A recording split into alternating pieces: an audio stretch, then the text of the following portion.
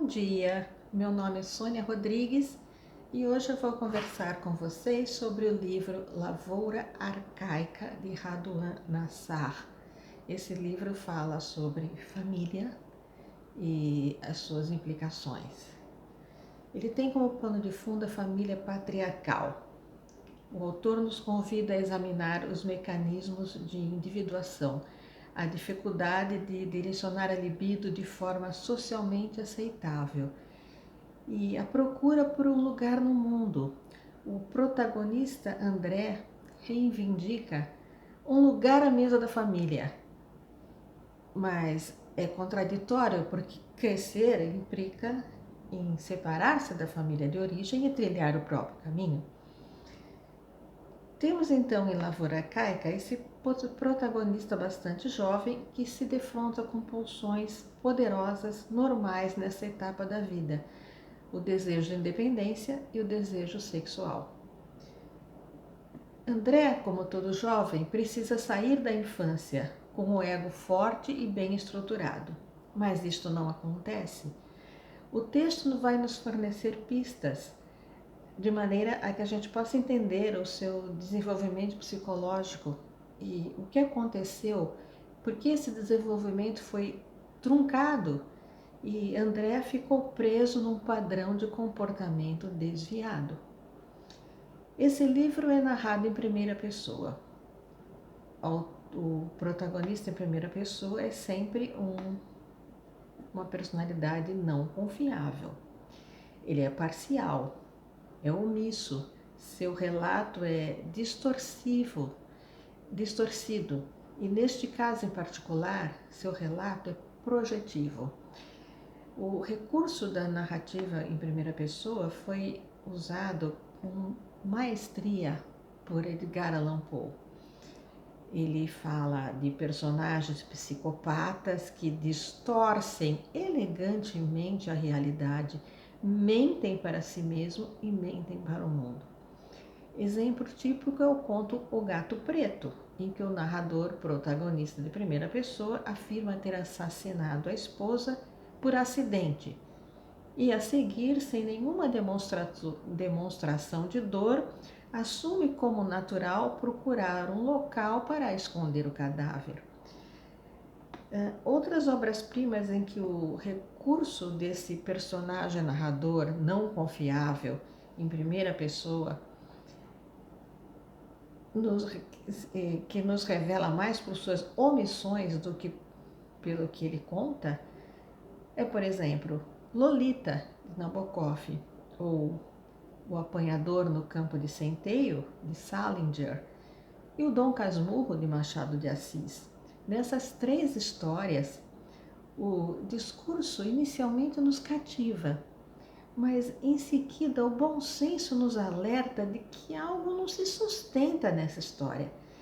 Esse algo é omitido pela mente doentia do narrador, que é incapaz de perceber as alterações dos seus padrões normais, emocionais ou lógicos, que são completamente discordantes dos valores da sociedade em que ele vive.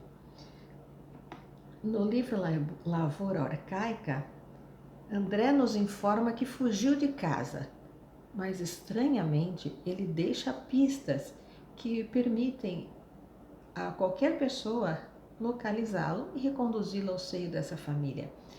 De saída, ele nos informa que nos intervalos da angústia colhe a rosa branca do desespero. Cita os sermões do pai. Se os olhos não são limpos é porque revelam um corpo tenebroso. E confessa: eu sabia que meus olhos eram dois caroços repulsivos. Tal começo nos leva a acreditar que o moço cometeu algum crime e que espera ser punido, e mesmo que aguarda ansiosamente pelo seu castigo. Dostoiévski e Poe exploraram em suas histórias essas almas conturbadas que buscam por expiação. A frase clichê, o criminoso sempre volta ao local do crime, é um comportamento bastante conhecido da psicologia criminal. O jovem André permanece, pois, em um quarto de pensão, bem perto da sua casa, quase como se colocasse um cartaz à porta: Venham me buscar. Suas acusações contra o pai são fortes, e aí a psicologia nos adverte. Sentimentos expressos com exagero denotam projeção. Exemplifico. A criança que se deseja tornar independente acusa os pais de toda sorte de maldades, como vemos nos contos de fadas, em que a madrasta má não só não gosta das enteadas, mas como a faz trabalhar como criada, a humilha com palavras e atos, e no caso da Branca de Neve, chegamos ao extremo de ter um caçador que é pago para lhe arrancar o fígado, que a madrasta vai devorar. Tal exagero nos alerta, não é a madrasta, a mãe má que odeia a criança. Ao contrário, a criança é que precisa acreditar que está sendo expulsa de casa, a fim de criar coragem de se aventurar pelo mundo. Não sou eu quem diz isso, é o psicólogo, psiquiatra Bruno Bettelheim. Assim age André. Ele fala incessantemente, com paixão, sobre o discurso do pai.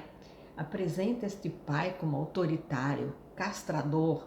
No entanto, esta visão não resiste a uma análise mais cuidadosa. Quem é este pai que tanto incomoda?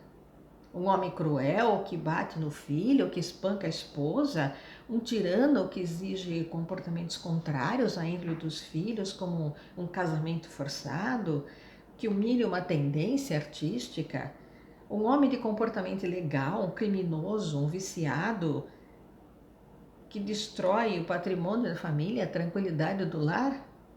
Nada disso. Esse pai que chama constantemente seu filho ao diálogo, de que forma ele abusa de sua autoridade? Essa autoridade nos é apresentada por André na forma de discursos tradicionais, pautados na valorização do trabalho e da família. Discursos que podem ser compreensivelmente chatos, anacrônicos, mas dificilmente prejudiciais. Este pai parece mais ser um camarada chato a ser ignorado do que realmente um agressor a ser temido. Na fala de André está embutido um outro discurso. O discurso do indivíduo passivo, servil, fraco, incapaz de enfrentar o seu antagonista e de se afirmar perante ele. Vejamos como lidam com esse mesmo pai os irmãos de André. Como se trata da história de um rapaz, eu vou deixar de lado as meninas, as irmãs.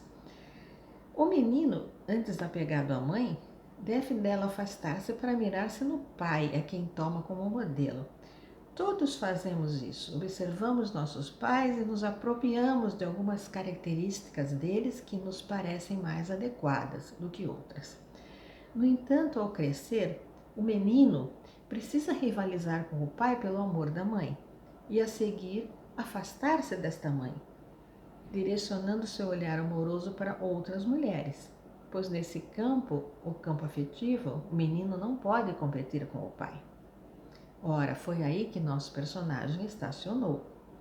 Vamos entender as pistas que o texto nos traz. Espera-se do menino que se identifique com o pai, que o desafie, que se afirme como diferente. É o rito de passagem da adolescência. Se o filho não sobrepujar o pai em algum sentido, vai ficar se sentindo ser incapaz, inferior. E esse é o motivo pelo qual o filho de profissionais excelentes com frequência escolhem uma profissão totalmente diferente, que permite que eles se destaquem pelo próprio valor, ao invés de ser apenas o herdeiro de um negócio, de um nome e ter um sucesso sem mérito. Passada a fase de afirmação social, o filho volta ao lar e trata com carinho o pai, que agora é visto como o velho, o meu velho, cujo tempo já ficou para trás. E o pai, com orgulho, não reclama, antes fica feliz de ver o filho alçar voo e superá-lo com sucesso. no campo financeiro, social ou outro qualquer. Vamos voltar a André e seus irmãos. Pedro, o irmão mais velho, está na posição confortável de primogênito e reivindica para si o papel de sucessor do pai. Essa é uma opção segura. Imitar o pai lhe garante aprovação, o respeito dos irmãos e o mantém longe de desentendimentos. Pedro, como representante do pai, estende a mão a esse irmão desgarrado, sem nenhuma agressão física. Mantém o discurso amoroso de união da família. Discurso insistente, chato, possível de ser rejeitado. O que André não faz. O irmão mais novo, Lula, ressentido com uma rotina que não lhe interessa, pretende fugir tão logo amadureça. Ele deseja se espelhar em André, e quando André regressa à casa, Lula o repreende e diz que ele é um covarde. A posição do irmão caçula, principalmente em famílias numerosas, nos contos de fadas e compêndios de psicologia é descrita de uma forma peculiar. Ao longo dos anos, o caçula aprimora e fortalece sua personalidade ao sofrer toda sorte de discriminações por parte dos mais velhos, que zombam dele, que o humilham, que fazem reprimendas. Como ninguém o leva muito a sério, ele se aproveita desta falta de atenção para ocultar sua rebeldia. Vai estudando as falhas dos irmãos e vai aprendendo com os erros dos outros. A crítica amarga e passiva de André se estende por muitos capítulos antes que ele nos revele o seu crime. Somente ao final, André enfrenta o pai, após grande insistência do mesmo. Mas com fases disparatadas, sem clareza, num diálogo fascinante elaborado com inteligência, e ele vai demonstrando quão distantes entre si estão os mundos interiores do pai e do filho. A fala de André é enigmática. É uma explicação que nada esclarece. Veja só esse pequeno trecho. O pai. Para que as pessoas se entendam, é preciso que imponham em ordem suas palavras, suas ideias. Palavra com palavra, filho. André. Toda ordem é uma semente de desordem. A clareza é uma semente de obscuridade. Ora, o leitor a esta altura já sabe que ocorreu um incesto e percebe a estratégia de André. Seu pai é ocultar o crime.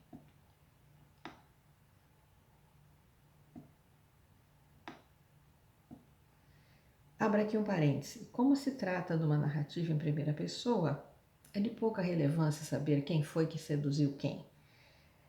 Se o ato foi espontâneo, se foi premeditado ou se foi forçado.